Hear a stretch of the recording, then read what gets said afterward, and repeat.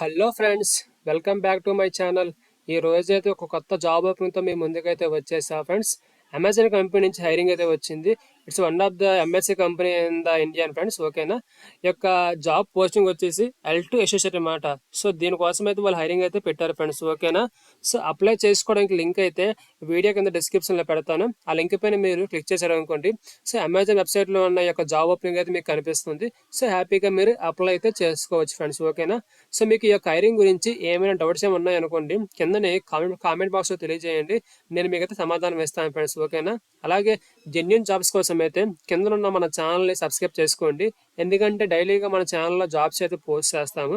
ఎవరైతే జాబ్స్ కోసం చూస్తున్నారో సో వాళ్ళకైతే ఖచ్చితంగా హెల్ప్ అవుతుంది ఫ్రెండ్స్. ఓకేనా, సో ఇప్పుడు మనమైతే ఈ యొక్క హైరింగ్ గురించి కొంచెం డీటెయిల్గా తెలుసుకుందాం ఫ్రెండ్స్.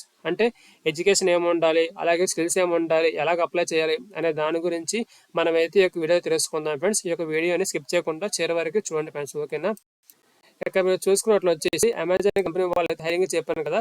రోల్ వచ్చేసి ట్రాన్స్పోర్టేషన్ రిప్రజెంటేటివ్ ఎన్ఓసి ఏఎంఈటి ఇన్బర్డ్ అనమాట. ఓకేనా, ఈ యొక్క జాబ్ లొకేషన్ వచ్చేసి హైదరాబాద్ అనమాట. అంటే ఈ యొక్క కంపెనీ అనేది హైదరాబాద్లో అయితే ఉంది. అమెజాన్ కంపెనీ అయితే so one of the biggest company in the India friends. ఓకేనా, నెక్స్ట్ వచ్చేసి బేసిక్ క్వాలిఫికేషన్ చూసుకున్నట్లు వచ్చేసి ఎవరైతే గ్రాడ్యుయేషన్ చేశారో, దట్టు ఒక రికగ్నైజ్ యూనివర్సిటీలో ఎవరైతే గ్రాడ్యుయేషన్ చేశారో సో వాళ్ళందరూ అయితే ఈ యొక్క జాబ్కి అయితే ఎలిజిబుల్ అని చెప్పి వాళ్ళు మెన్షన్ చేశారు.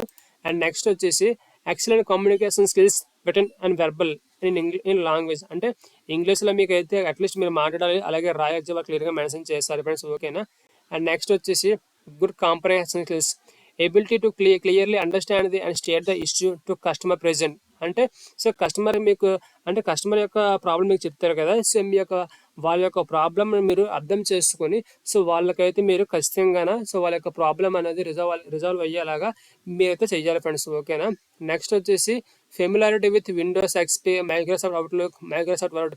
సో వీటి కోసం మీకు కొంచెం ఐడియా ఉంటే సరిపోతుంది ఫ్రెండ్స్. ఓకేనా, నెక్స్ట్ వచ్చేసి టైపింగ్ స్కిల్స్. దీనికి కూడా ఈ యొక్క జాబ్కి అయితే టైపింగ్ స్కిల్స్ అడుగుతున్నారు ఫ్రెండ్స్. ఓకేనా, నెక్స్ట్ వచ్చేసి ప్రిఫర్డ్ క్వాలిఫికేషన్ చూసుకున్నట్లు వచ్చేసి ఎవరైతే ఎక్సెల్ గురించి ఐడియా ఉంటుందో, ఎక్సెల్ గురించి బాగా ఐడియా ఉందో వాళ్ళనైతే ఈజీగా తీసుకునే ఛాన్స్ అయితే ఉంది ఫ్రెండ్స్. ఓకేనా, సో ఇక్కడ మీరు చూసుకున్నట్లు వచ్చేసి అప్లై నో కొట్టారు అనుకోండి. అప్లై నో కొట్టిన తర్వాత మీకు ఇలాగ పేజ్ అయితే ఓపెన్ అవుతుంది అప్లై చేసుకోవడానికి.